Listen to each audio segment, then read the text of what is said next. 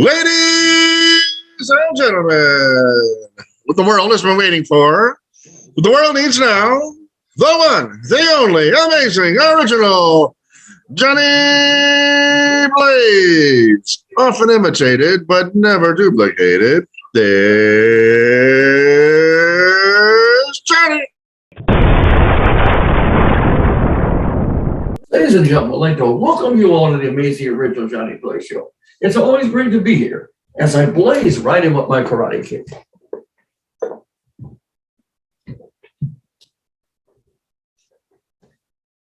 Let's have a blazing hot fun time. I'll never forget those heart-to-heart talks I had with my mother. I would look her in the eyes and say, "Mom, I love you so much." And then she would reply, "I don't have any money today. Go ask your father." My parents would do anything in their power to try to control me. One time they told me, "If you don't start behaving, you're going to end up meeting the man in the red suit." I took a deep breath and replied, "Are you talking about Santa Claus?" An old married man was sitting in his chair one night when a genie suddenly appeared before him. "I offer you 3 wishes, but whatever you ask for, your wife will receive twice as much." The old man asked for a mansion, and then his wife received 2 mansions. He asked for a Ferrari sports car, and then his wife got 2 cars. Now the old man told the genie, "I want you to take my cane and beat me half to death with it." When I was a kid, I tried to buy a toy car with Monopoly money. The cashier yelled at me, "Are you crazy?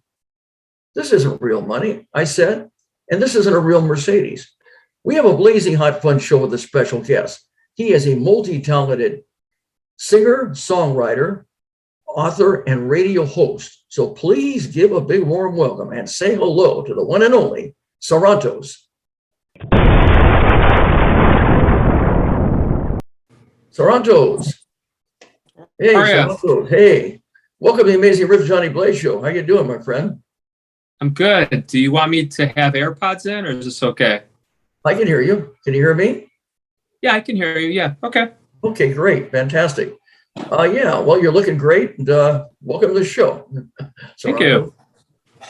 You're welcome. Anyway, yeah, give me a rundown, Sarantos. Tell me about the Sarantos story. How did you get started in entertainment, and where are you from? Sure. I'm actually from Chicago, born and raised.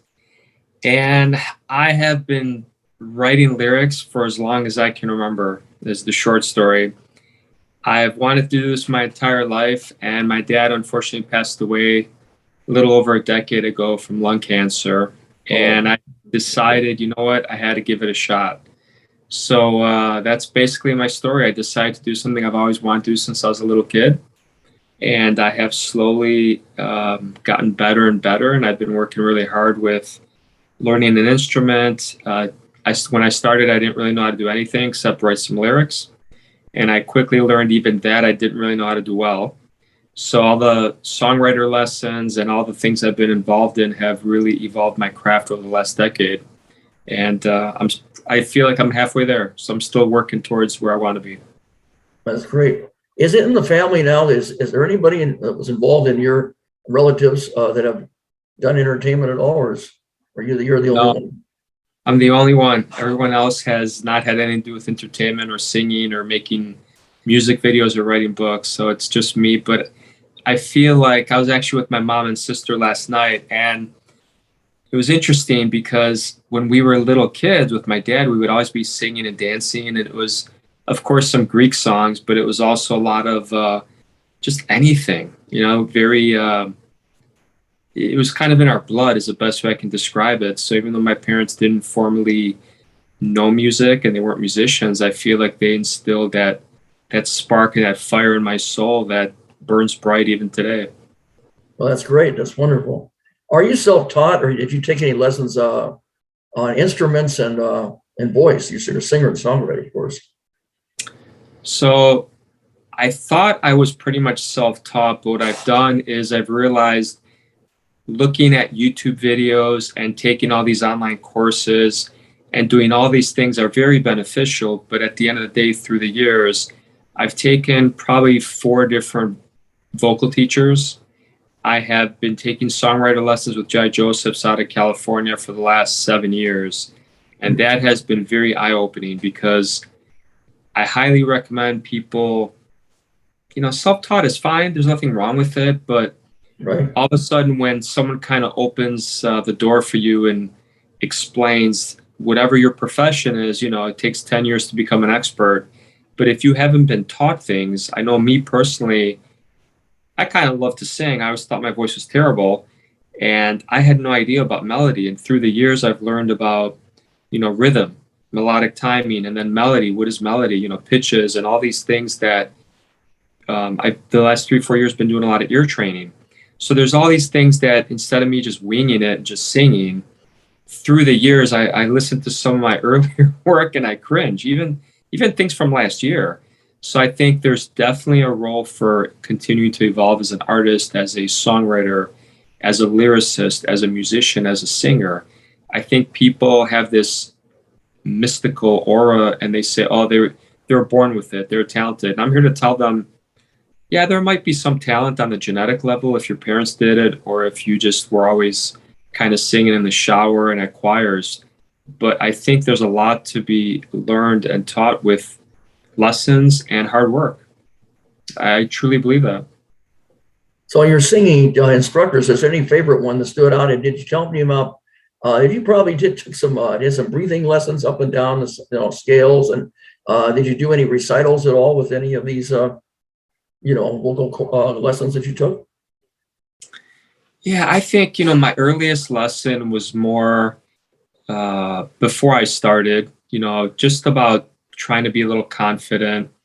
And I think I was shocked when I was in high school and grammar school. I would sing all the time. And me and my sister would be in concert. We'd go downstairs, blast the radio, and we would be listening to everything from Michael Jackson, Bruce Springsteen, all sorts of hit songs. And I'd be belting at the top of my little lungs. But at one point, we went to Great America, which is a Six Flags park, and I recorded a song that I liked with someone else. And I listened to myself and I was like, I sound terrible. I sound really bad. Like, I don't know what I'm doing, because when you're singing and you have the music loud, you don't have a reference. And if you've never had lessons and you don't really know what you're doing. So that kind of really shook my confidence. And that happened to me when I was a teenager. And for many, many, many years, I thought my voice was just terrible.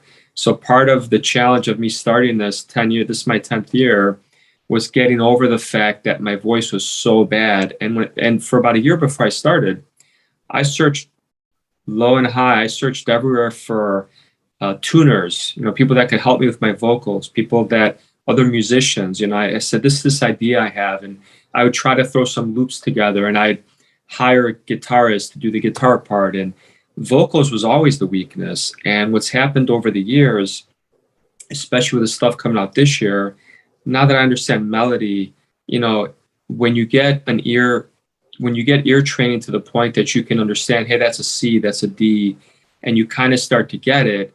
And before that, I spent about 1.5 years on rhythm. My rhythm was completely off. And if you're not a drummer and you don't know about inherent rhythm and how that fits into it, but melody recently is, it's got to be fresh but familiar. It's got to be, there's all these things. I didn't know what an anticipation was. I didn't know all these things that I know now. And you just know that sounds good, but you have no idea why. So some of my previous work, I would almost stumble into blind luck and say, oh, that song sounds really good, people like it, or that line or that chorus sounds good. But it takes a lot of hard work. But I think I'm of the opinion, if you can speak, you can sing. And it's just a matter of fine tuning your melody. And there's a lot of people that don't know how to do melodies. And I'm not saying that I've arrived, but I definitely feel more confident with the songs coming out this year. They're all rated by very strict musicians, where I used to get rated 10th percentile, 50th percentile. Now they're rated 90, 99th percentile. So I'm very confident with the stuff that's coming out. And I encourage everybody to never give up, to work hard, take lessons, do as much self-teaching as you can. But it's your story. Don't be embarrassed of who you were, where you came from. It's part of your story. Well, you're doing what's in your heart, mind, body, heart, and soul. You love it.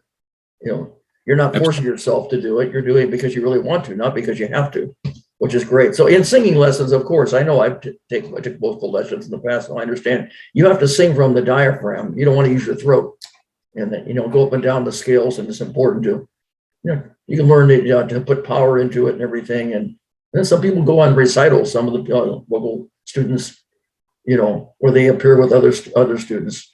I don't know if that's an experience that you ever went through, but that can happen. Yeah, I think people have to find what works for them. And personally, I got to the point where sure I could master certain lessons, I could master certain scales, but I couldn't put it together. I couldn't quite understand when I listened to songs and people are like, oh, that's this scale or that scale, and you can kind of replicate it. But then I think it's really important to do ear training, because the last 3-4 years I hear things now I could never hear before. And it's not just a matter of picking out the cymbal or the guitar or what's this side, that side. It's also you understanding that, oh, I was, 20 cents off, or I'm half a, whatever it is, that you're a little bit off. You're singing a C sharp, not a C. When I was younger, I just sang and I had no idea what I was doing. But again, you could tell when something sounds good. We all have that inherent musicality that you kind of might be able to tell, hey, that sounds really good, but not know why. And I think the more analytical you get, again, that was my personal journey, is just because I ran a scale didn't mean I knew how to put together a song.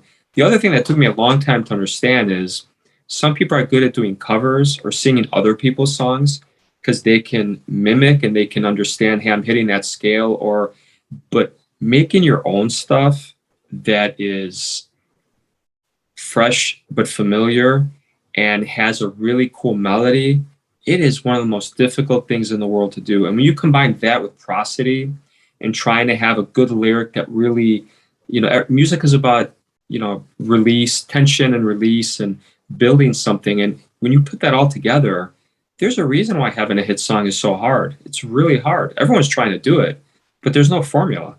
I see. Well, yeah. Do you prefer covers or original songs, or equally? And what is there about that you like, whether it be a cover or original song? So a lot of people are told to do covers. It'll help them get popular on YouTube and social media. I made it a point. I did covers. Like I said, I sang them all the time. I just never released them because I wanted to.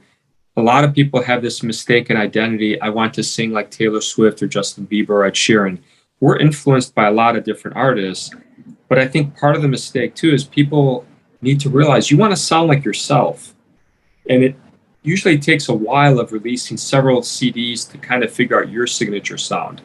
And I didn't want to, again, I have nothing wrong with covers.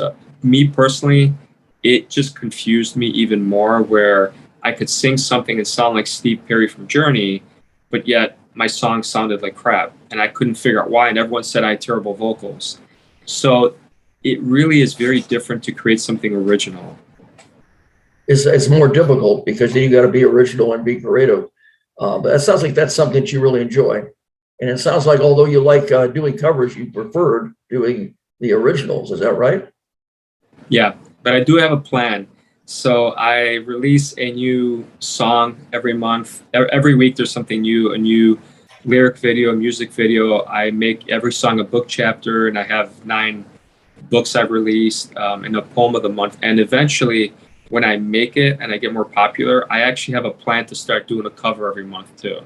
That's just really don't want to do it now because, again, I'm trying to create my signature sound, which I think I'm pretty close to getting this year. And I don't want people to, they're hard too, because if you sing it exactly like the original, you're not really adding anything new to it. So to me, you want to give it a little spin, whether you're changing the music, tweaking the melodies, counter melodies, the background vocals. You don't want to sing it exactly like the original. And there's some covers, Johnny Cash, there's some covers that are better than the original song. So it's a great thing to do. Who has inspired you? And what kind of music do you prefer? Is it pop? Is it country? Is it rock? Is it gospel or jazz or folk? Anything particular? And who has inspired you? Your music stylings as far as singing, and anybody in particular that really inspired you? Yeah, I kind of like to think I'm an 80s child. So in the 80s, everybody from Def Leppard to Michael Jackson, I mean, you could throw a dart at any 80s artist and chances are I love them. And then mixing that with modern music, because when I first started, I would release things and I didn't know better, and they'd have long intros, and there wasn't, nothing changed every 4 to 8 bars. So there's a lot of new tools we have as a modern songwriter, because things are very challenging now. Music is, even average music nowadays, is very, very good. So I think incorporating some of the modern elements, the hooky chorus, and some of the things that I've learned as a songwriter and a producer in the last few years, I think really take your song to a next level. And I am guilty of sometimes saying, hey, you know what? I'm working on a song that's going to be out in November this year, and it's going to be a, SARANTOS special. Once a year, I release like a 7-minute song, and it's not going to, do well on Spotify. Nobody, everybody likes these 2.5, 3-minute songs that have the, pattern and the structure that everybody wants. But at heart, I'm a rocker too. I love releasing a 4 or 5-minute song, but once a year, I'll release a 6 to 7-minute song, and I make it as catchy as I can, and I do all these cool things with it, but it's not for everybody. And in the same light, the song coming out in a month and a half from now is a rap song. And I've done probably about 3 rap songs, and they've done okay, but they haven't been well received. This one coming out, I just finished the music video, is one of the coolest songs I've done. And it is one of the songs got rated 99th percentile. It's super catchy. I think fans will really like it. It's called I Got No Money. And when that comes out, I'll reveal the personal story of what I went through that inspired the song. But I've done country, I've done a new age song. So I believe in, I don't want to release the same style of music, the same BPM, the same, key signatures, which a lot of people do. I like being different, so I try every genre. So you like varieties, which you like. You like to diversify and do different ones. And Yeah. What's your secret now to, as far as putting it together, an original song? And how many original songs have you done? And what is your secret for success that do probably have done many original songs? So like I said, I started probably around 3rd grade having actual songs, and looking back on it, especially when I started to learn the art of songwriting, which again, in 10 years, I've come a very long way. When you don't understand structure, I didn't. And I didn't understand that you can't have the same rhyme scheme in each section of the song. So I used to write songs and the verse, the chorus were all the same rhyme scheme, which is a huge no-no. Every section should be defined and it should sound different. It shouldn't be the same music, the same build for every section. It should sound different. So I made all these mistakes, but again, I didn't know they were mistakes. So one of my earlier songs might be, I love you, yes, I do. And I was like, wow, look at that. That's so cool. So now I've learned all sorts of little tricks, and you realize that you don't want to say things. You want to be catchy. You don't want to use cliches. There's all these things that you kind of learn that take your craft to a whole other level. And I think, again, it's part of your story. But the one thing I would encourage new artists, old artists, everybody, the thing I try to do is experiment. So I probably have over 4,000 songs. And one of the things I'd like to start doing is producing more younger artists, where I have plenty of songs that are good to go, that have lyrics, that have melodies, and of course, we can tweak them and make them their own. But in terms of me, I've seen a lot of successful musicians go off of what they do and, go off into movies. And I don't have a problem with Lady Gaga doing what she's doing. I don't have a problem with people having a couple CDs, hitting their peak and retiring. But I'm going to do this till I die. I don't care how successful I get or don't get. I don't care if I have some younger artist that I give them some songs and they have great vocals and they make this song a hit. I'm going to keep putting out a new song every month till the day I die, because it's just what I love to do, and I love experimenting. I think people get pigeonholed and say, oh, I'm just doing this singer-songwriter, acoustic guitar kind of song forever. I think you should merge genres and keep experimenting. So you're open, you're just full of variety. You like to diversify and do variety, and it's something you really enjoy. Absolutely. It does take I a love special ability. That's not just anybody can do something like that. Yeah, I love it though. And I would love, my other dream would be, obviously everybody wants to support their career financially and be able to travel the world doing tours and doing all these kinds of things, I would love to collaborate with anybody, you know, in every part of the world, doing every genre and every culture and every. I think that you can make some really cool magic that way, and that's something I look forward to doing with other people. Hopefully. That's what I was going to ask you. You took words right from my mind. I was going to ask you, have you collaborated with anybody? And if you have, you enjoy it. And I think that you're independent, right? I don't think you have a band, do you? No, so I'm independent. So I have collaborated a couple times. I've tried to collaborate like 5 times, and I don't know if I am just in a weird place where I'm indie and I'm at this level, but typically I'm very open to it, and people say, "Hey, do you want to collaborate?" And I'll be like, "Sure." And hey, let's just split it equally. And I'll be like, "What are you in the mood for?" And they're like, "I'm in the mood for a country song." And I'll be like, "What are you thinking?" And they're like, "Oh, something like whatever." So I literally, a couple days, a week later, I'm like, "Okay, hey, listen. Here's the Logic file, all the instruments. Here's some." I've done it both ways, right? Where they're like, "I just write lyrics." So I'm like, "All right, here's the music. Write some lyrics, send them to me. We'll go back and forth. We'll figure out who's going to sing what part. I'd be happy to do backups, and you could do leads, or I'd be happy to make it a duet or whatever you want." And then I get ghosted. So I don't know if I was talking to another producer about this, and he's like, maybe sometimes the people you're talking to are just intimidated that you came up with something so quick, and they're more indie and they're more amateur. So I feel like, I don't know why it just hasn't worked out. And I've been very flexible. I'll literally do whatever people want me to do. So I'd love to collaborate. That way I'm not just putting out one song a month, but I'm putting out other stuff with other people. And again, I don't care if there's 10 people involved. I'm like, we'll split it. I don't care if I wrote all the music and ended up doing all the lyrics. I want to collaborate. I just haven't had, I guess, a very, very fruitful endeavor doing that, unfortunately. Well, you never know. Things can change. One minute can be one minute, and maybe in the future, something like that will happen. But you at least expect it. That's right. It can change on a dime. And even though you can do many songs, and you're interested in putting everything out so often, probably it's not always quantity; it's quality, right? Yeah, I went through this early in my career where the first song I released was called Not Where I Want to Be. It's about turning 30 and realizing, hey, you're not where you want to be. And all these dreams you had of being a rock star and all these things, all of a sudden your 20s are gone.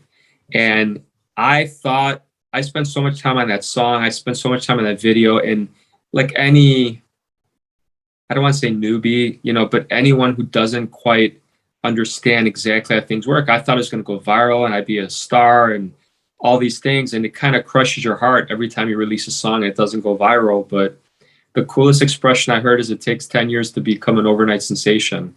So I think I've learned to accept the fact that I'm going to do this, and maybe in 20 years, maybe tomorrow, something's going to go viral.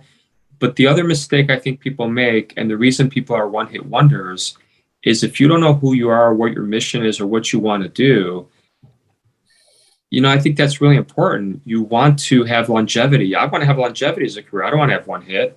I want to have a hit that brings a fan base to me. And then they're like, wow, look at this guy. He's really cool. He's so creative. He's putting out a ton of content. He's open to collaborating. And then, everybody asks me to collaborate. And, you could tell some people in the business are very humble and hardworking. And I don't have an ego, and I never will in the music career. I think you shouldn't have that. I think I watch documentaries all the time, and it shocks me. I'm trying to find a nice way to say this, but people are pieces of shit. I mean, they become so stuck up, and we're all human. I mean, we all bleed the same blood. I would never look down at somebody and say, you're the soundstage, you're the mixer, you're whatever. I respect people too much to do that. Well, different strokes for different folks. One person's treasure, someone else's trash. You do the best you can do for yourself. That's all. And it's not a good idea to put pressure on yourself. That doesn't help you any. You just do it from your heart, and that you love it, and give it your all, and that's all you can do. And hopefully good things will come your way. Yeah, I think if you're authentic, the other thing I've seen is if I get ready for an interview, I don't really have to prep for it, because I'm not I don't have a persona that isn't me, other than, again, keeping some of my personal stuff private or not telling people what I do for as a career. And at some point, if I make it, I will reveal that and maybe do that just for charity reasons. But I don't want it to dilute the story. And I think people just just be yourself. So if you have one part of your life you don't want public, whatever that is, I think that's fine. But just be yourself. You don't have to, I didn't put makeup. I didn't do all these things to get on this interview. It's just who I am. You're doing a great job, Sarantos. You're being yourself, and that's all anyone can ask. And you don't have to do anything to please anyone else. Please yourself. Like Ricky Nelson said in the garden party, when they're going to throw rotten eggs at him because he wasn't singing his earlier popular hits. If you can't please everybody, please yourself. So that's what you should do. You didn't prepare. That's okay. I do prepare. When I prepare, I have an interview, I prepare because I want to be as prepared as I can be and as knowledgeable as I can be. So I make a positive impression. Better an impression than a depression, that's for sure. Absolutely. Yeah. There you go. So that's important. I feel if I'm going to do something, I want to give it over 100%, or don't even bother then. Yeah, absolutely.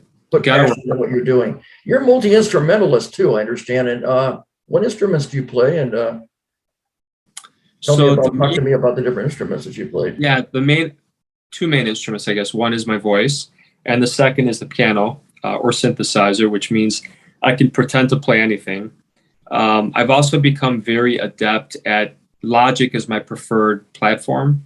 So again, I've dabbled in Pro Tools, which a lot of professionals do, but Logic is just my favorite by far.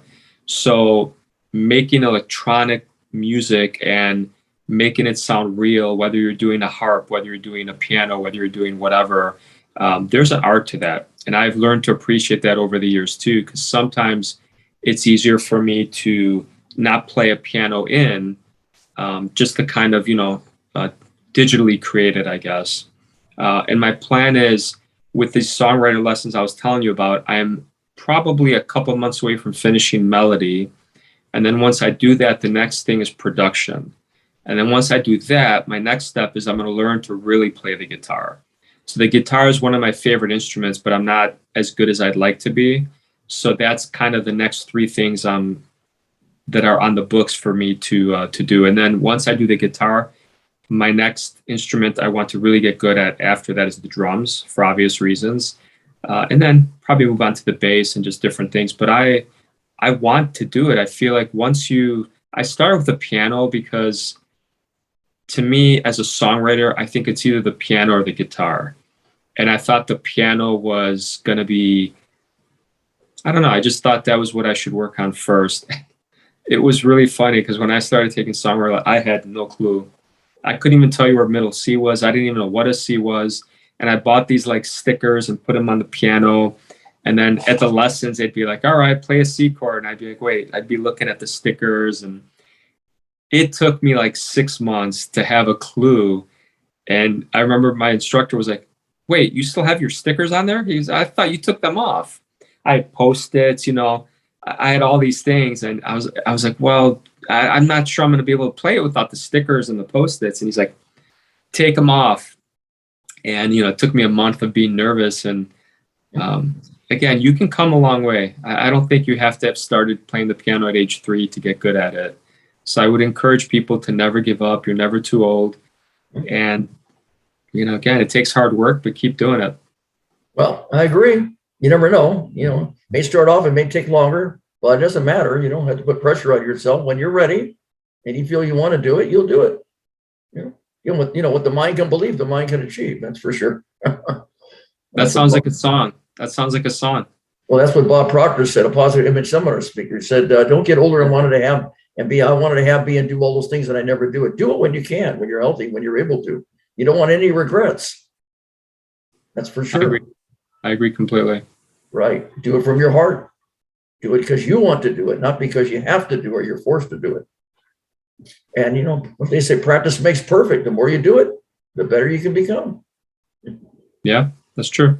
So there you go. Talk to me about some of your performances. Where have you performed? What are your favorite venues? What about any tours that you've taken and everything? And Tell me all about that. Yeah, so the last thing I did was Toronto Music Festival. I've lost track how many years it's been, but I vowed when I did that, because I'm a solo music artist, and I guess Ed Sheeran can play by himself, and people, it's not uncommon now for people to have a CD or something playing the instrumental and for them to rap over it or sing over it. But to me, when I perform, I want to have a band. I want to have a band. I want to interact with the band, interact with the crowd. So before the Toronto Music Festival, I hired a professional that had toured with Enrique Iglesias, and he was going to be the band manager, and he was going to get together guitarists and all these pros. And I got really burned because this was 5 months before, and I kept asking him, yeah, we're good. You guys got passports? Yeah, we're all. And then 2 weeks before, he's like, hey, none of us have passports. We can't do it. And he just abandoned me. So then I struggled in Chicago looking for a cover band that I could rehearse a couple times and do the Toronto Music Festival. And again, I found a band. Obviously, as a solo artist, you have to pay them to rehearse, you have to pay them to travel and to do a gig. But I vowed after that I'm going to be the Beatles in reverse. So I flipped to being a studio musician.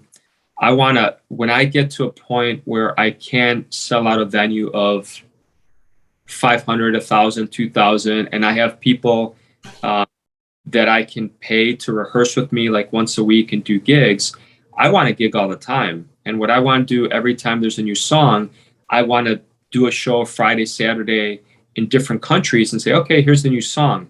So I kind of want to be every month touring somewhere as opposed to doing a 100 show tour kind of thing. But I am not ready for that. And I felt like I wasn't ready for that with my skill set, which I now feel comfortable that I could do a show anywhere. But again, for many, even after the Toronto Music Festival, for a year and a half, I was trying to get a band together, and I'd find a drummer and a bass, then the drummer couldn't do it, then I'd find a guitarist.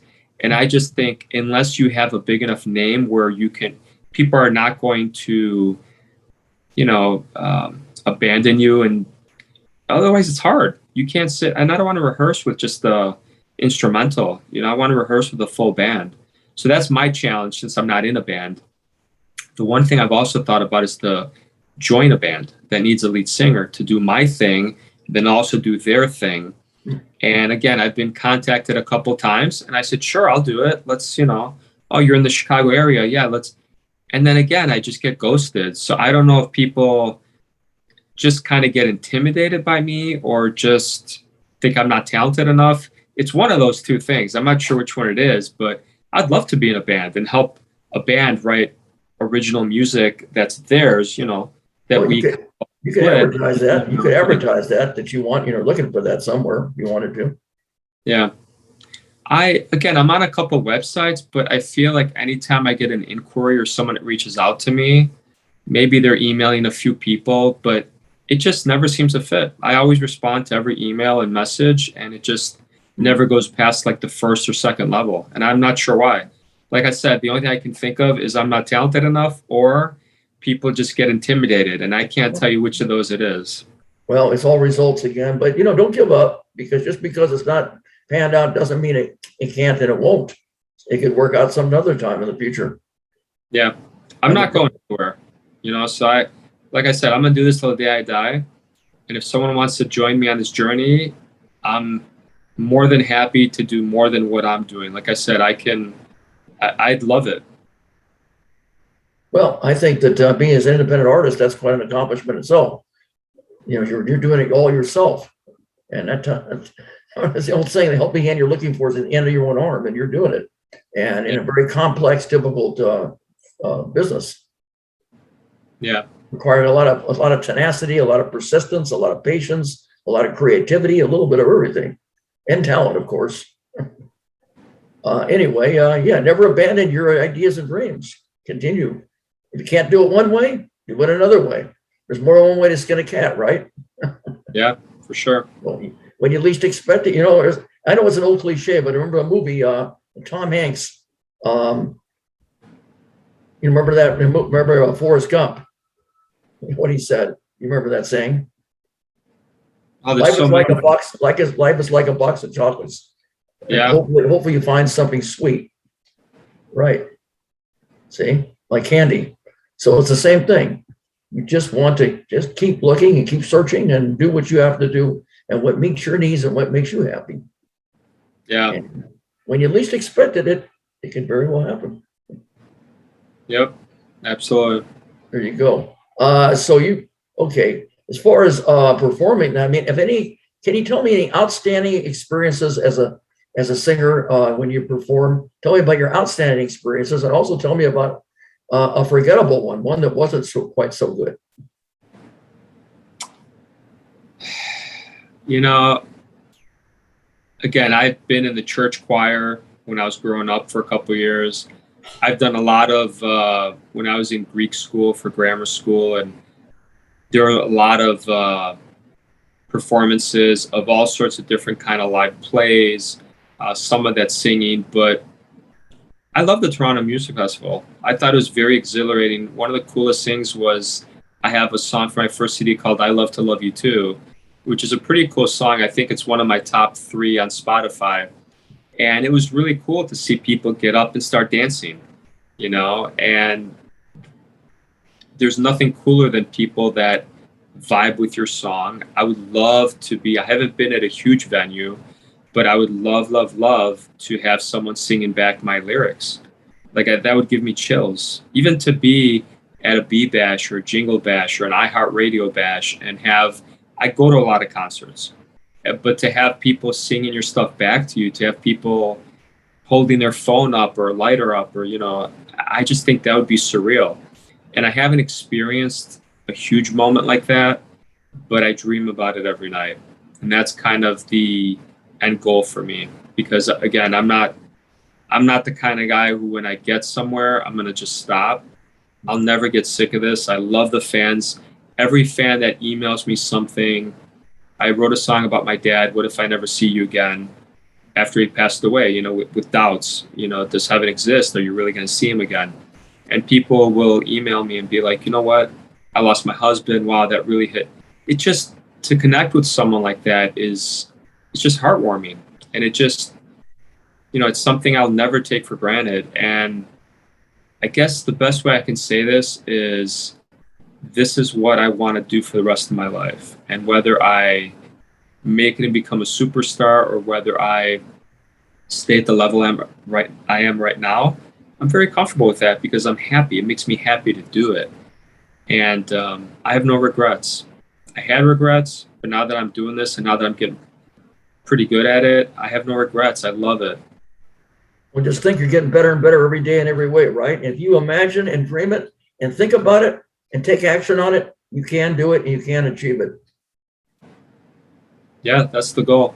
It's not a matter of can, it's a matter of when. It's a matter of time. You're right. When the time comes, the right time comes. That's correct. Yeah. So have you had any audience participation in any of your songs and your performances, and have you done any meet and greets at all and signed any autographs? I haven't done huge venues where I can tell you that I have. Like any artist that's done small things, you have a merch table, you meet some people, but I haven't done huge venues, and I haven't done a lot of shows on my own the last few years, but I want to. Yeah, and again, if I had a tour manager, someone that could handle some of that stuff, I don't mind them taking their percentage.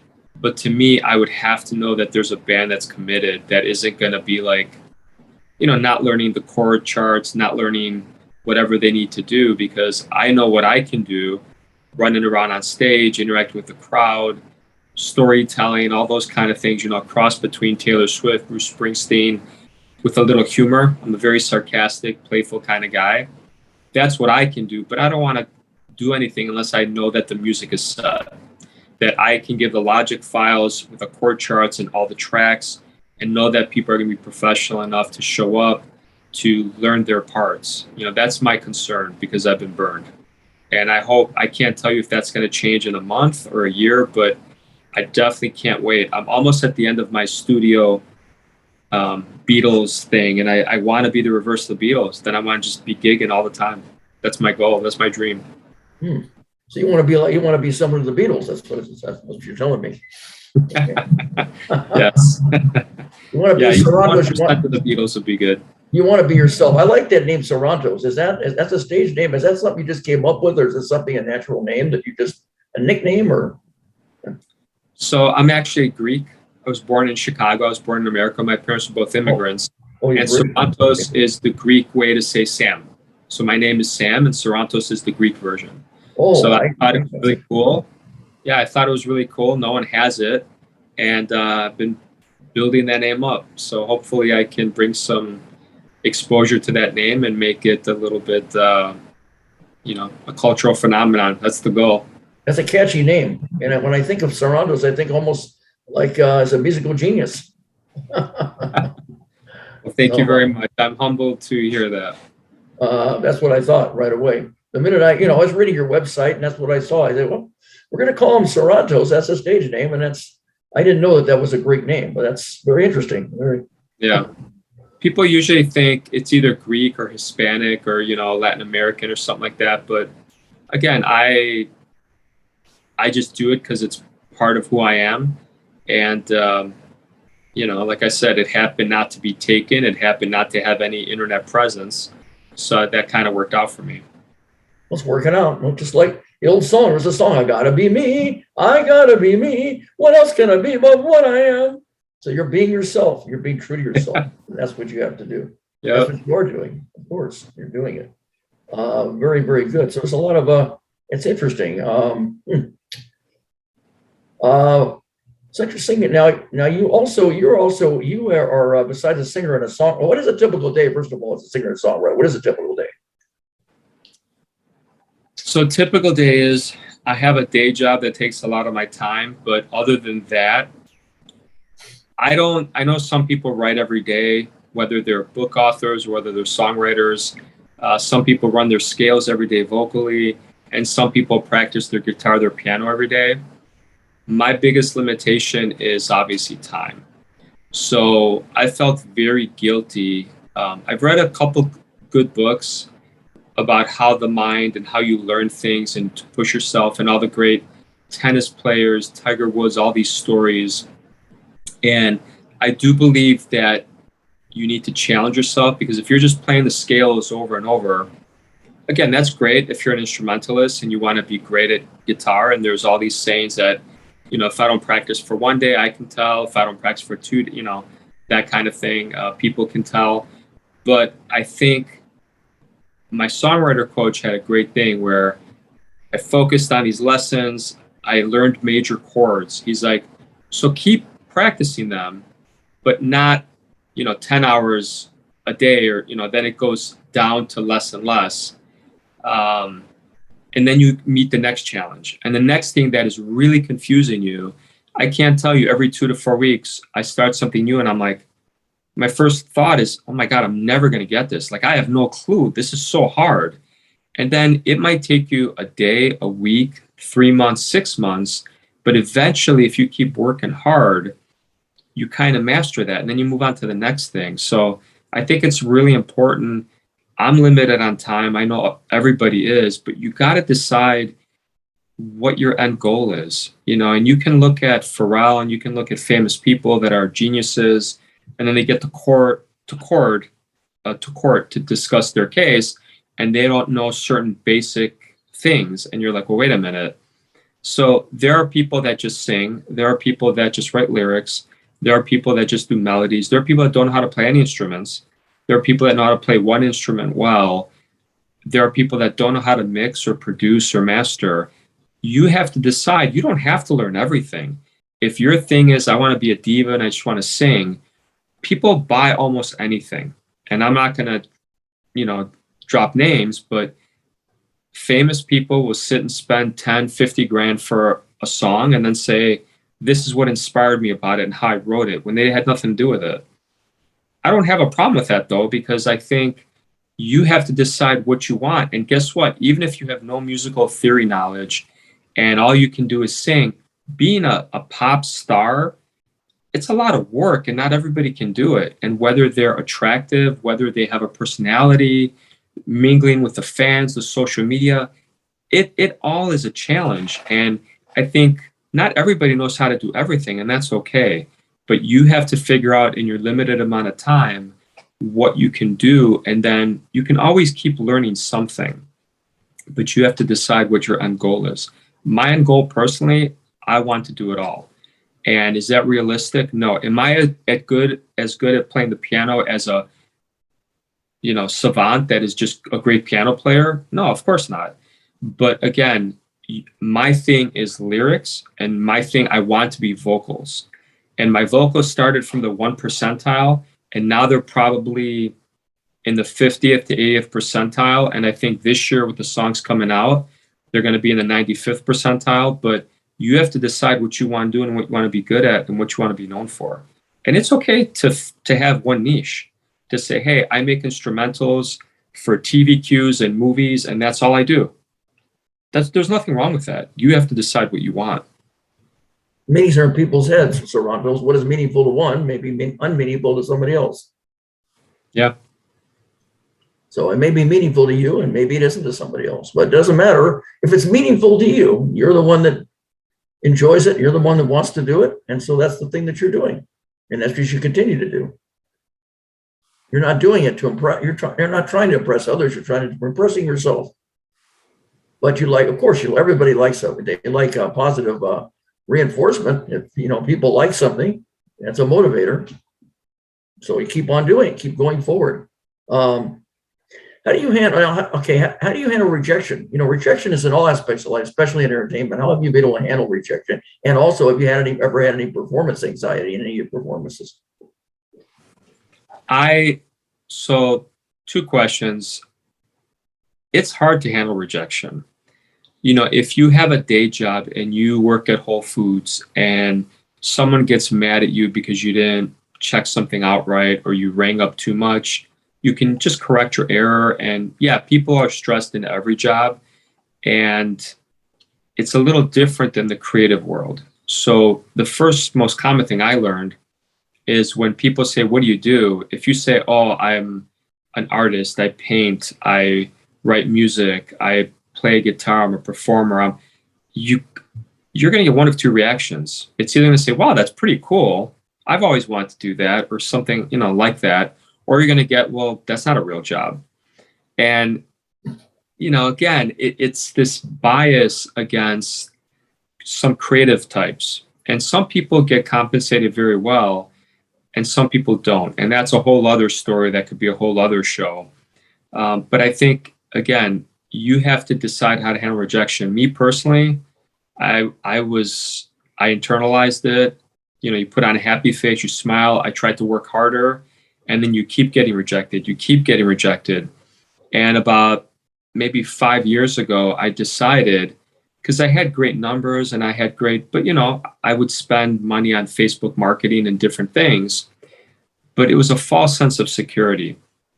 And even if I hired a professional mixer to mix my stuff or a vocal tuner to help tune things, again, I wasn't good enough to know the difference, but professionals could tell the difference.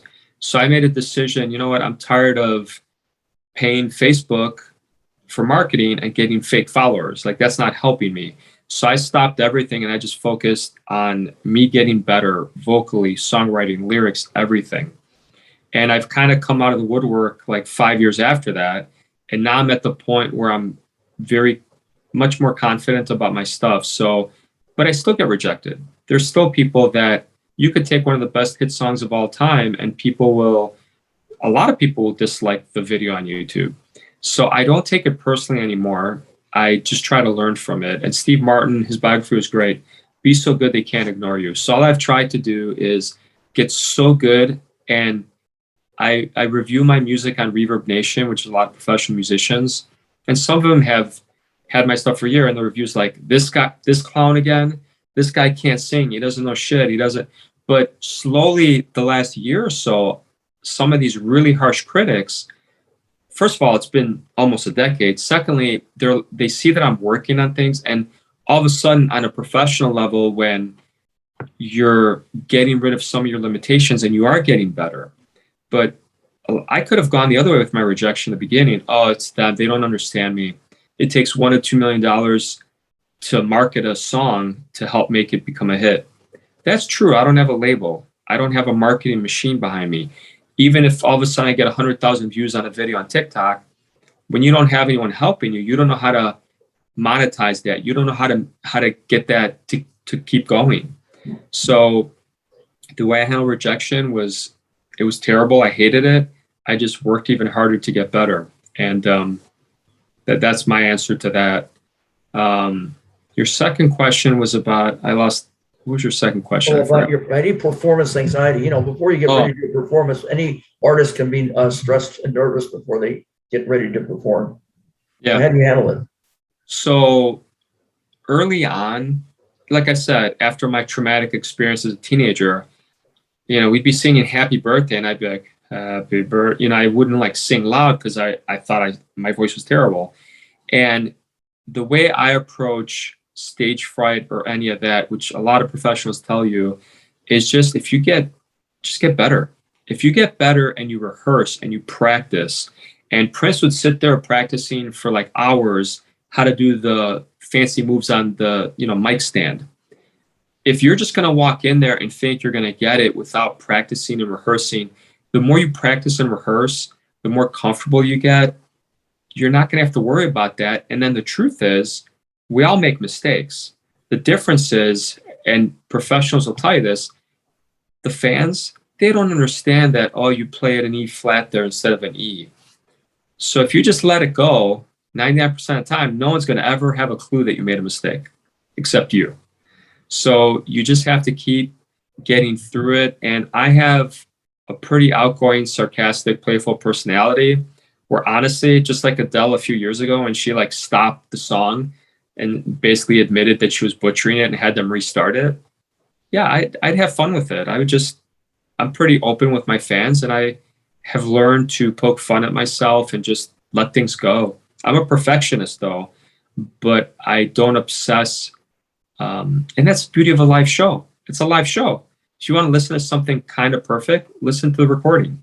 But a live show, anything can happen. And that's the magic. You can improvise is what you can do and act like it's not a big thing and make a joke about it and go right over it. Yeah, absolutely. And the truth is, if you listen to like Tom Jackson teaches people about live performances and how to be better and all this stuff, and most people at a live venue, they want to clap for you. They want you to succeed. Nobody goes to a live venue thinking, I hope this vocalist really stinks tonight. I hope the guitarist is a terrible, you know, they want you. So again, no matter what happens, just remember that. Yeah, you're having fun. They're paying good money and spending their time because they want to be entertained. They want to have fun with it. Yeah. They're not rooting for you to fail. That's correct. There you go. What about now? Okay, if you've been to any festivals, talent shows, or music award show, you know, music shows at times, and if you've been to any of these activities, have you won any awards? Talk to me about that. Tell me about any awards that you received. So in the beginning, I didn't think I was talented enough to be on these shows. I kind of was like, oh, why can't there be a songwriting thing where, you know, I can shine and they can see how quickly I write a song, but there wasn't really anything like that. Then as I got better, I actually did get invited to do the voice thing, but I said, nah, I am not even going to apply to it because I don't think it's fair to do some of these shows where they kind of own you, and then you know, they own your first 3 albums and things like that. So I don't think that's anything I would do, to be honest with you, even now that I feel pretty confident in my ability. And you know, the other argument here too is a lot of people are like, indie artists, forget labels, right? I would never sign with a label. I would have absolutely no problem signing with the right label, the right manager, the right A&R team.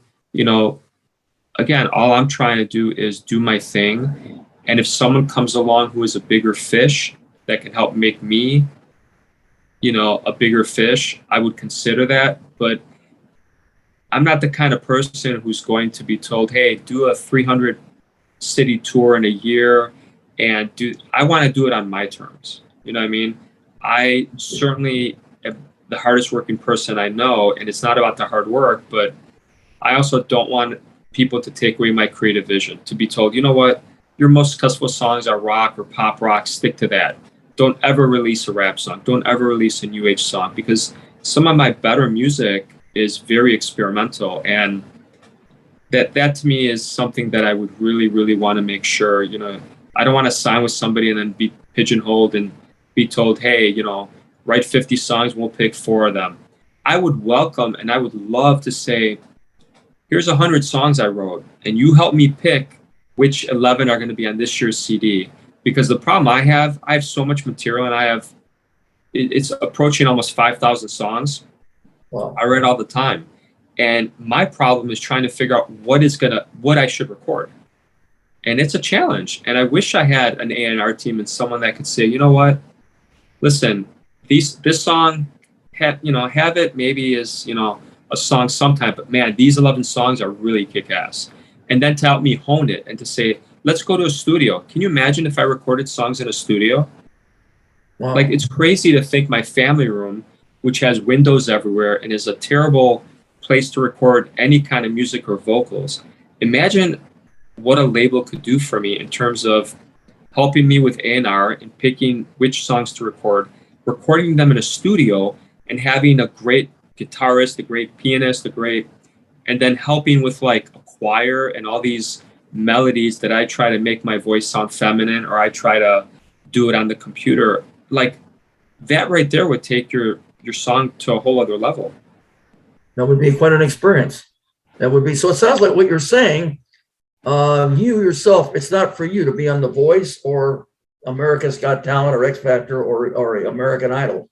They do discover talent, but that's not your thing, right? Yeah, and I guess it's hard because I don't want to say I don't think I'm talented enough to be on that show. I don't think I'm the right fit for that show. I'm not 16 or 10 or 20. And I just don't think that's something I would do. And I also feel like a lot of times some of those shows manipulate people or tie them into contracts, 360 contracts that, again, you know, a lot of those people don't go anywhere. And there's a story of One Direction. There's a story of Kelly Clarkson. There's a few people that have done okay, but the vast majority do not. So I would really, you know, I don't want to say a label, but again, I don't want someone to come and be like, why are you writing book chapters? No one's ever taken a song and made that a book chapter in a fiction fantasy. And the other thing, every year I release a surprise instrumental CD for movies and TV shows. I did a funeral instrumental thing. I did Christmas CD. I've done sleep instrumentals. On Apple Music, my sleep instrumental CD is the most streamed songs I have. So they're going to look at you and be like, why are you doing this? Why in the world have you released hundreds of songs over, you know what I mean? And to me, I like doing what I'm doing. They're not going to want me making 11 nice music videos every year. Most people, you know, do a CD every couple of years and they have 2 or 3 music videos. I love it. And if I ever get a budget, I would make a great music video for every song, every month. That's the dream. So you do music videos. Yeah. Tell me about the different music videos you've done and what's involved in doing a music video, and also you do original music video songs. Yeah. So when the song comes out the first Tuesday of the month, there's a lyric video that's with it. But the music video comes out the second Tuesday. And about 5 years ago, I used to do some really cool music videos. But again, I took a step back because as I stopped using professional mixers and started doing stuff myself, I feel like the last 3-4 years, my stuff got a little bit worse because I was doing everything myself. And now that I am gotten a little bit better and I have a few relationships with people that I use for certain things, I'm back to starting to make better music videos as opposed to using stock footage and, you know, doing so. The one I did, Something to Believe In, that came out like 2 months ago, was a really cool video. It's done really well. We're just finishing up the I Got No Money, the rap video. Again, it looks so cool. I can't wait for people to see it, but I love music videos and I would love nothing more than to be able to get to a point where this whole venture is not like a huge loss each month. Because when you make a music video, even if you do it cheaply, there's a little investment there. And then you put on YouTube and you're like, yay, there's 10,000, 20, 30, 40,000 views. It's, that's not much monetization. So that's the dilemma, right? If everybody could be an artist and say, look, I'm spending $3,000, $4,000 per month and I'm making $3,000, $4,000, at least if you're breaking even, if you have a day job, you're just going to put everything you can into it. But that's the hard part. What is there about music videos that appeals to you and excites you? Obviously, you like it very much. Story. I think a lot of videos are just the artist like singing basically, and maybe a couple different backgrounds. To me, my favorite videos, and this is another reason I can't wait to make it at some point, to put on Twitter or Instagram and say, hey, I'm shooting a video, I need some extras, and have 100 people show up. Because the challenge for me with videos, I have a couple of cool people I work with, especially one guy in Chicago. Obviously, I can be in the videos, but the challenge is always trying to find actors, actresses to be in the videos with you. The second challenge is finding cool venues where you can't just go outside and interrupt people at the L station or wherever it is. So when you're a professional production, whether you're Netflix or Hollywood, again, you pay, you get permits, you block off areas. You can be on Michigan Avenue in the middle of the night or the middle of the day. When you're me, I don't want to be in every music video by myself. So part of it is finding people to be in it, because again, the bigger, most people want to get paid. If you don't have a budget, you can't do that. You're already paying to get someone to film the video and, to make that with you. So that's the challenge. But I love a story. I love cool twists in videos, and I can't wait to get bigger so I can make really cool videos that challenge you, that challenge the mind. That all my music videos have a famous quote in the beginning. And I put a lot of thought into that quote, just like I put a lot of thought into the charity.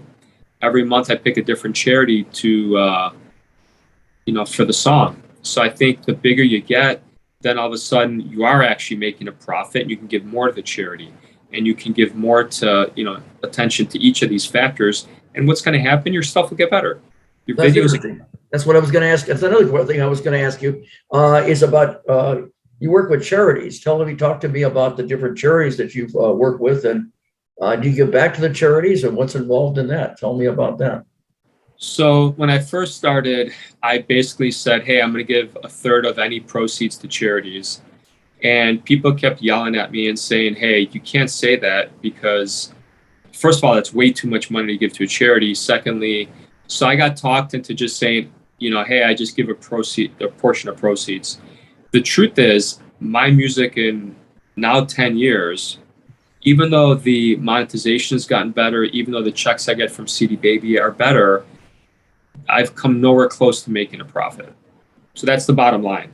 So when I donate to the charities, regardless, it's me just being generous and saying, hey, I'm going to give, again, I like being anonymous. I like not talking about numbers, but the bottom line is I would love nothing more than to make this my full-time career, do my other career for charity, like 1 or 2 days a week, which means instead of me struggling to spend 20, 30 hours a week doing my music career, I can spend 80 or 100. And part of that would be to have charitable missions. I would love to do, there are so many ideas I have. I want to do a foundation in my dad's name, and I want to make my own charity and be able to do so many things that I have a vision to do. But again, those are on hold until I get more cash flow to be able to give back to the fans, the community, and there's a lot of people that have needs. Any particular charities that you can mention that you have worked with in the past? Yeah, so I used to contact charities every month and say, hey, you don't have to do anything. This is what I'm doing. I don't expect you to support me, because they all think that you're just trying to, use them or make a name, so I don't email any charity anymore. What I do is I just pick one with the fans. And again, if that song does okay, and at the end of the year, I decide I'm going to give a little bit to whatever charity. I've used the American Heart Association, usually for Valentine's Day, because it's Heart Month. I've done the American Lung Association because I used to have asthma, really bad asthma from allergies. I've obviously done the American Cancer Society because of my dad. I picked, Misericordia. I've picked St. Jude's. I picked a lot of different charities. What I typically do is I'll look at the song and I'll say, hey, what makes sense for this song? This is an LGBTQ pro song. And I'll do again, there's a couple of charities that support that. So if you go on the website, you'll see the charities for each song and you'll see a little explanation why. But I'm open to do any charity at all. Fans can suggest it, musicians can suggest it. And if I think it's a fit, and I usually will go on, there's a couple of charity navigators to make sure that, 90% of the proceeds at least go to the charity and not to administrative stuff, because some charities are much better and healthier than other charities. Some are unscrupulous and they kind of pocket a lot more money. So I try to pick the more reputable ones, unfortunately. Well, it sounds like you're doing a good deed. You're thoughtful. You're not going to just associate with just anything. You're going to try to associate with the positive charities that can be helpful. So that's great. That's great. I salute that. That's very good, Sarantos. You're an author now. I know that you're also an author, and you have written at least 8 or 9 books. Tell me and talk to me about the 8 or 9 books. They're fiction. Are they fiction books? And tell me about them and where are they at and how can people find them, and tell me give me a rundown about that. Sure. So they are everywhere, Amazon, bookstores, they're online, they're on my website if they want a hand autographed copy of it, but otherwise Amazon, Barnes & Noble, the typical places you buy books. When I looked at it initially, I think the initial suggestion was a fan who was like, I said, hey, I think I'm going to write books. What do you guys think? And someone was like, oh, that's a good idea. You should do something. So before I started, I basically decided, hey, no one's done this. If my song this month is called, trying to think, Another Surgery is a song coming out in a week, or a couple of days, so I'll mention that one. If my song is called Another Surgery, again, I pick a charity for it and I say, okay, I'm going to write this book. And this book is the 3rd chapter of this year. And for example, I've done 3 trilogies, so I've done 9 books completely. This year is my 10th year, so it's a 10th book. And this trilogy is kind of a Harry Potter kind of, magical world for a teenager that's kind of going to a special otherworldly high school. So every month I'm like, all right, this song's Another Surgery. How am I going to incorporate that into the story? So every month it just kind of goes into its own arc. The 11 chapters, just like the 11 songs, become a CD in November, but they're released every month. Same thing, the book chapters come out every month. I put them for free on my website. There's nowhere else people can get them. Every November, the book gets packaged as a book. It goes as an ebook. It goes as a printed book to Amazon and anywhere people want to buy it or download it. Because like I said, I put everything for free on my website. So if people don't want to support by buying the book, they can just read it for free.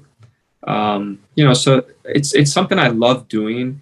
And the cool thing about being an author, when you're a songwriter, you have very limited space that you can say something, and metaphors and similes and imagery and the 5 senses. This is all important. When you have a book, you have a little more space, so you can expand on thoughts a little bit more. And again, I've gotten a lot better with my book writing, but there's pros and cons to each. I'm certainly not going to sit and say that I am the best author, the best poet and songwriter, but I've worked really hard on each of them. They're separate ventures. They take separate energy, and you have to do the same thing.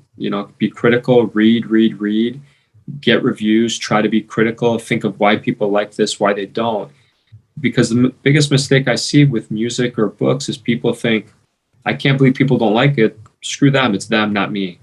So to me, I'm always trying to get better, and my writing has gotten better, much better. If you compare the first book and the first trilogy compared to what came out, the book chapter the last month, the last year, or this year, it's definitely better for sure.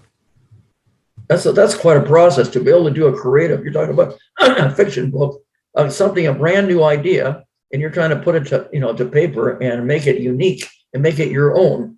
How are you able, and to do so many of them, how are you able to accomplish something like that? That's not an easy thing. Not just anybody can do that, that's for sure.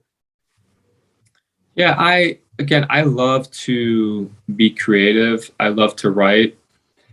We talked about this earlier. I'm not one of these guys that says you have to write every day. I understand why people do that.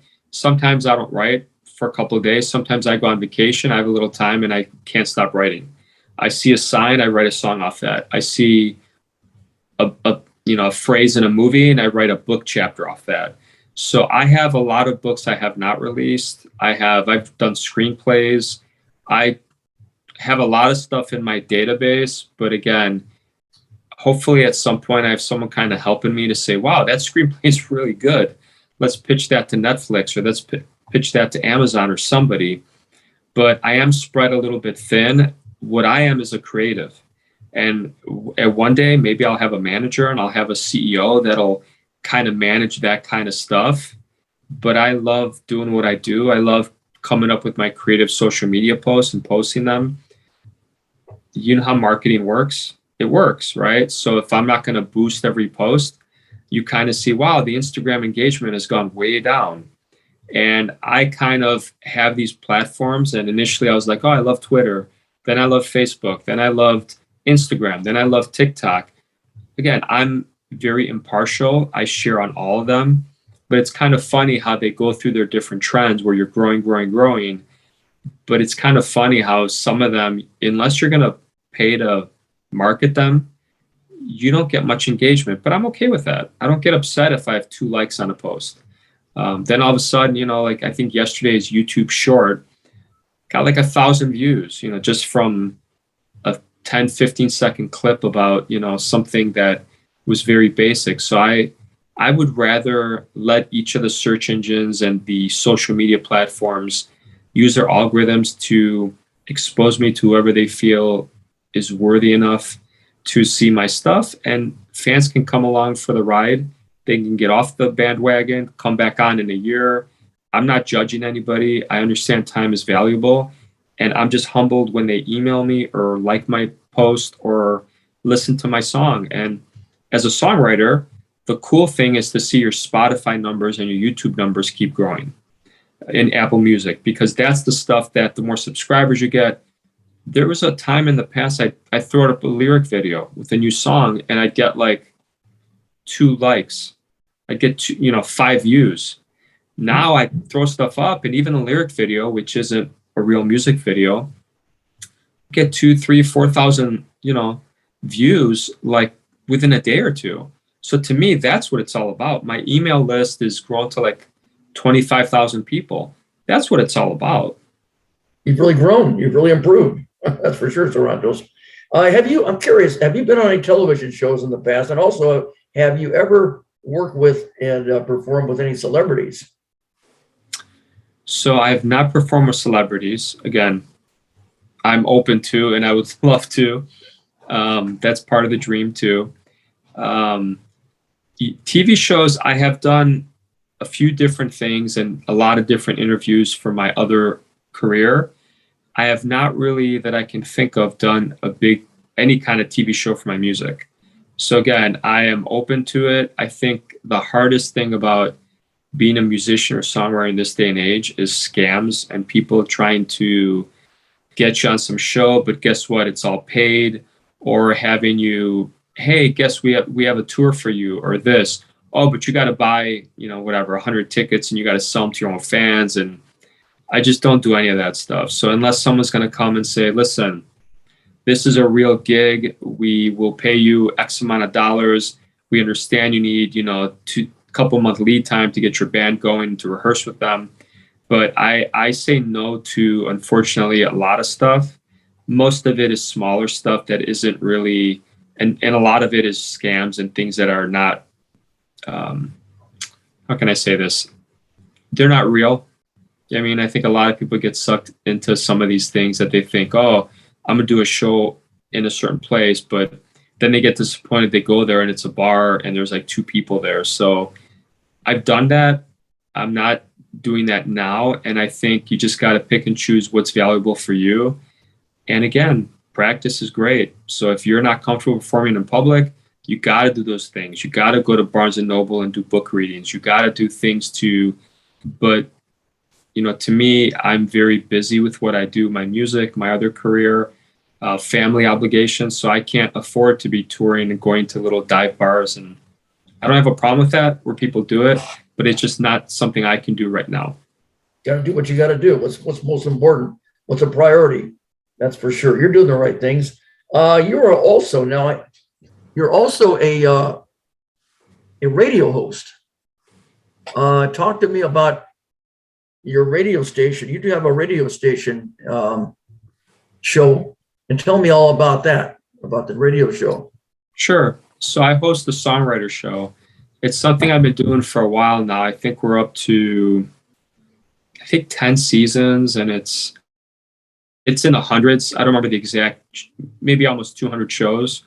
I'm a songwriter at heart, right? And I think people are understanding more that songwriters have a lot to do with these hit songs.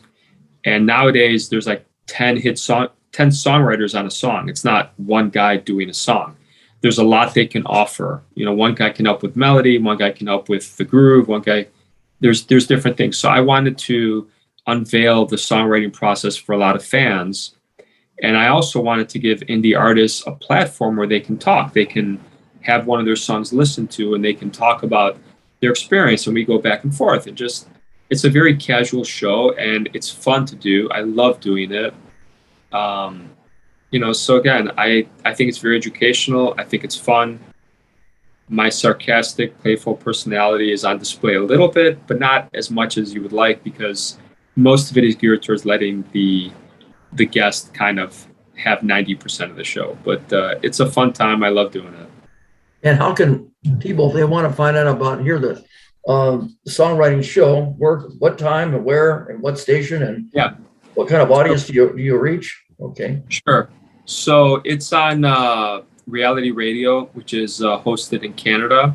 All the information's on my website. If you search the Songwriter show, by SARANTOS or just the Songwriter show, you'll find it everywhere: Facebook, Google. It goes to Spotify, Apple Music. Again, it goes everywhere you can imagine. YouTube.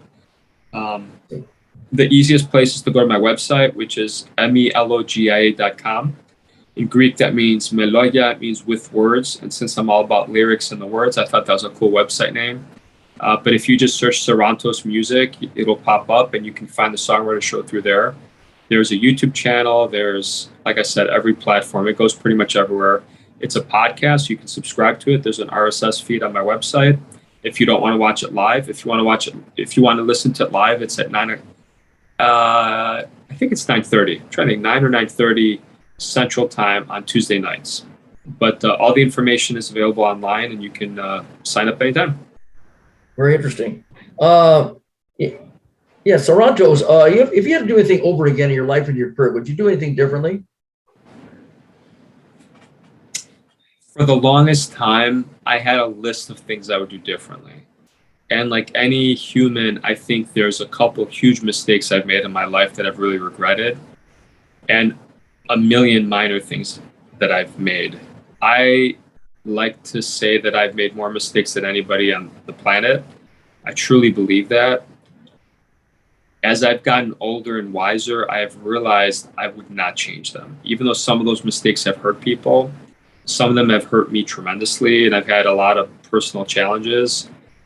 It's part of my story. And it's also the reason that as much as I want to just erase old music or erase old books and say, look at me now, look how good I am, it's just part of the story. And some of that stuff is relatable to certain people. But I want people at one point, if I make it, to be like, hey, listen, here's an unedited, untuned vocal that I did for this song that sounds halfway decent, that got rated 30th percentile. Take a look at how terrible I sound, right? I want people to understand that whatever your limitation is, whatever your skills are, and whatever you feel like you can't do, if you work hard, you can do anything in life. And that's part of my story that I believe is going to inspire someone, hopefully more than one person. But that's kind of my message. Is I stopped at this point. I'm very satisfied and happy with my life. My life is not perfect at all. There are a lot of financial difficulties. There are a lot of friends, family, relationship things that grate on you sometimes. There's a lot of work stress, but at the end of the day, I'm content and happy with my life, and music is a huge part of making me happy. So I feel like whatever your outlet is, if it's painting, if it's running, whatever it is, I think you have to understand that life is not like the movies. It's not perfect. And whatever it is, say you're sorry if you've made a mistake. Just try to be a better person because, again, a lot of people pretend they've never made mistakes or they hide things and they don't talk about the reality of the world. But I think through the lens of being a humble human being, the one thing my parents taught me is no one's perfect. And it's okay not to be perfect because the one thing I got from my mom is that perfectionism, that drive to be perfect and push, push, push. I've pushed myself for far too long, and I still do.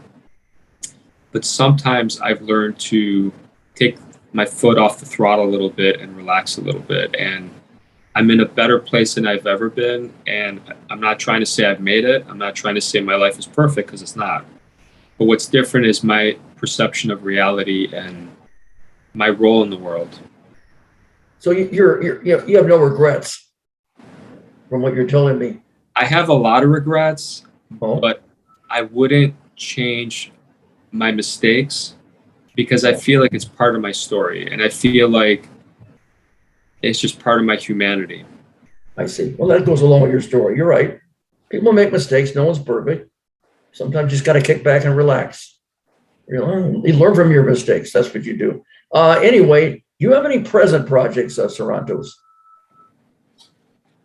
I have a lot of present projects. I think I'm always working on the next song coming out, the next music video, the next book chapter.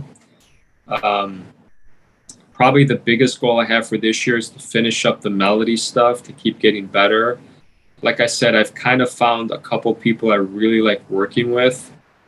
And my next step, to be honest with you, is to hopefully get to that next level where either an A&R person's like, hey, give us 10 songs a week and help us have songs to pitch to certain writers, whether they're instrumentals, whether they're with lyrics.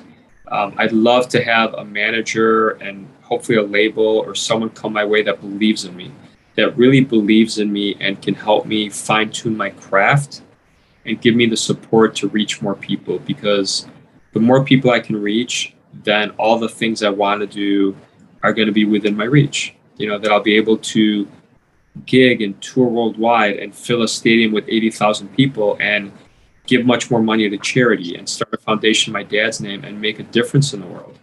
To tour everywhere, China, Africa, every part of America, every part of Greece. There's all these, I don't want to say dreams, there's all these ambitions I have. And I want to help a lot of people. And the bigger platform you have, the more you can help people. that's what I was going to. The next question is, if you have any future dream projects you haven't done that you really want to do with all your might, your mind, really with all your passion, your feeling, your desire, what is the thing that you want to do most in the future dream projects? More than one. So, obviously, the more platform I have, either via social media, having hits on the radio, it's going to enable me to do more for charity, which is probably the number one thing I want to do and it's not just cutting checks to different charities, it's also having my own charity and being able to have people submit anyone in the world to say, hey, that family, that mom's dying of cancer, that dad lost his job, and just to be able to have very individual stories where we help, people all over the world. And my second thing is for me to physically go to these different countries and different areas, not just to tour, but if I'm going to say, hey, I'm putting out a new song and the new monthly song's coming out, we're having 2 tours in England at that stadium on Friday and Sunday or Thursday and Saturday or whatever we do. When I'm there, I want to figure out what I can do to help people there. So whether it's going to a local orphanage or going to a hospital or whatever it is, I want to use my platform to figure out, I'm in England there, and what can I do? Oh, right now, the Ukraine has a war. Wherever I go, I want to be able to work with the local government, the local charities. And what I would love to do is to say, hey, I'll do a concert for free. Let's do a concert to support whatever it is, whatever cause, whatever terrible, tragic event or shooting or racism or whatever bias is going on in that area, in that world. I would love to support it the way that I can, to try to support it, because at the end of the day, if I can do a free concert and raise money for that cause there, again, it's crazy to me that people, once you have a couple TVs or a couple houses or a couple cars, how much do you need? It's insane. Once you've set up your life a little bit and you make a few investments, why not support people? You can change lives, and not do it for TV, not do it so people can be like, wow, look, what a nice guy. He cut a check to the charity or support that family, which, again, that's an unfortunate part to it, right? People follow you with cameras and you're going to get good press and bad press. But as long as I know in my heart that that's not what I'm chasing, my manager might say, hey, look, this is a cool story and you're doing this. You're dressing up as Santa Claus and you're going to this pediatric cancer hospital and you're going to give free gifts on Christmas like you like to do. Again, I want to do that. I would try to do it on a down low, but if you get bigger, that's going to get out. And to me, I always want to be humble and do it for the right reasons. I don't ever want to do something for press.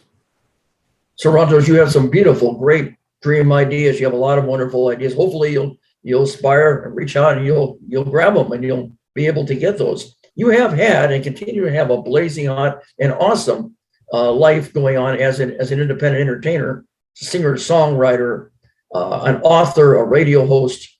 You have so many talents. You're multi-talented with a lot of charisma and a lot of chutzpah and a lot of passion.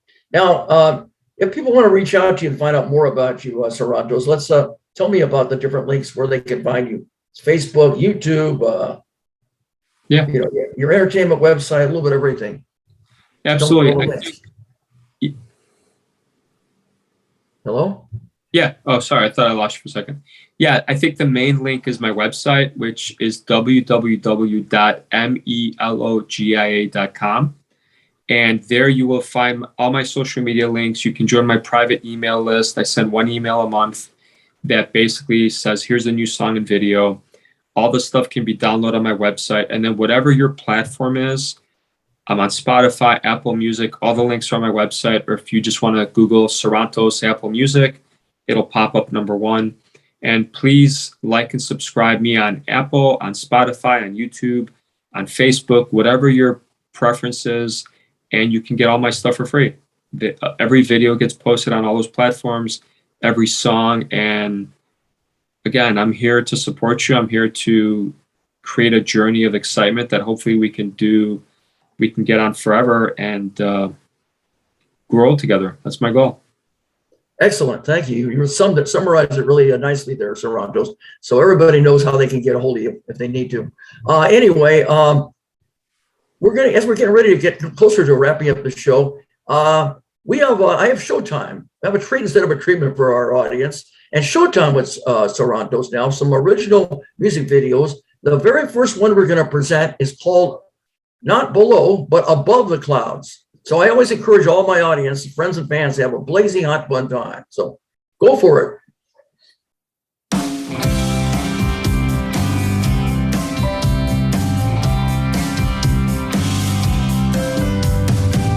A safe spot waits for you. The secret hiding place exists. When you've got a touch of blue, please remember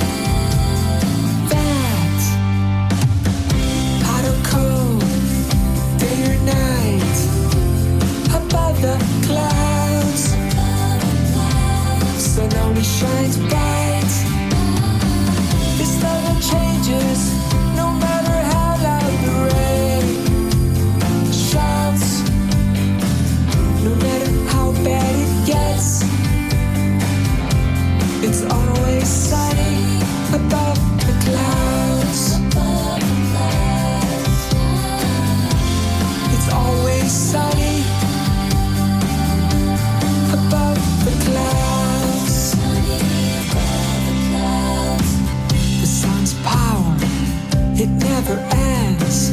It's carefree and divine. The rays always cleanse. So please remember, some days are bad, some nights are hard, sometimes you're sad. But remember that hot or cold, day or night, above the clouds, sun always shines bright. This never changes, no matter how loud the rain shouts, no matter how bad it gets. It's always sunny above the clouds. It's always sunny above the clouds. Below the clouds, there's pain, so much pain. But above the clouds, there is no rain.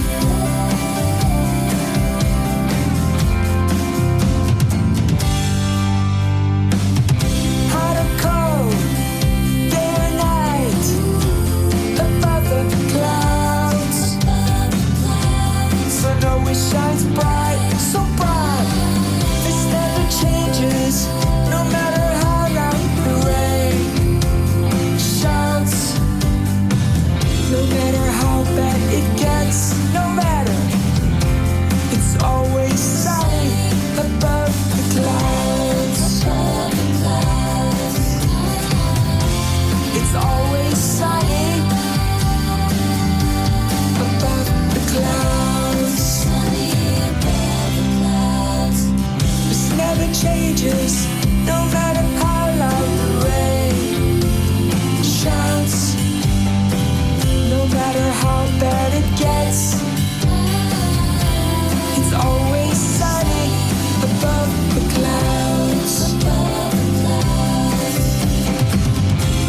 It's always sunny. It always stays sunny. It's always sunny above the clouds. Yeah.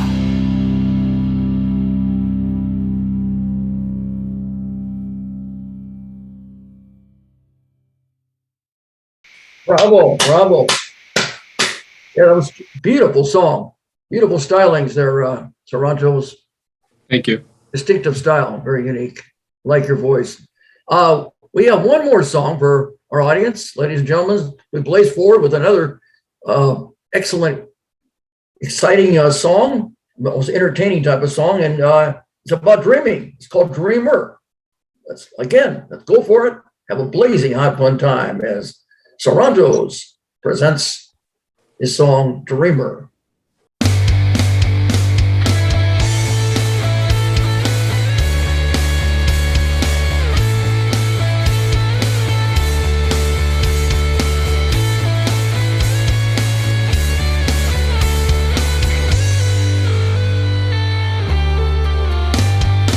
Once upon a time, not too long ago, the stars were lighting up. Your touch was all I know. You say I'm a dreamer. How'd you figure that out? Was it the look in my eyes? Was it the passion in my heart? You say I'm a dreamer. We will be okay, even when apart. My love will always stay.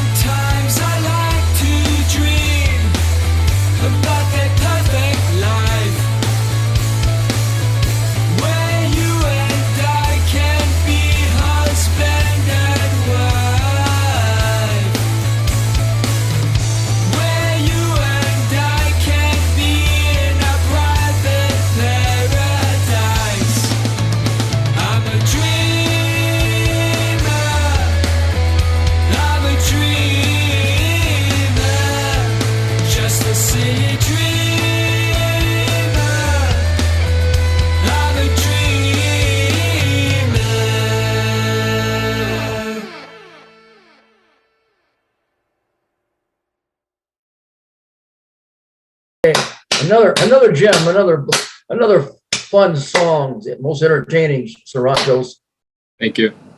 helping people bring their dreams to fruition. A dreamer. That's great. Hey, as we get ready to wrap up the show, Sarantos, I want to thank you for being such a fun, entertaining, and most inspirational guest on the Amazing Rich Johnny Blaze Show. Thank you for being a guest on my show. Thank you, Johnny, for having me, man. It was a blast. Yes, it was my pleasure too, Sarantos. Anyway, and as we get ready to wrap up here now, I say to all my fans and friends, always keep a smile on your face and a song in your heart. And until next time, happy trails and blaze out.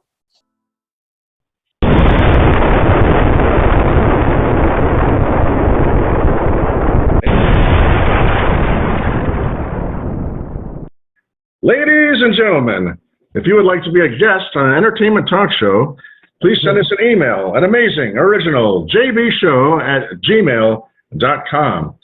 All of our episodes will appear on YouTube and Facebook and receive over 3,000 views. Don't forget to sign up for our YouTube channel, and every guest will receive a complimentary DVD of their appearance on the show. Remember, we are much better than a podcast. And now, the amazing, original Johnny Blaze has just left the building. Good night. God bless.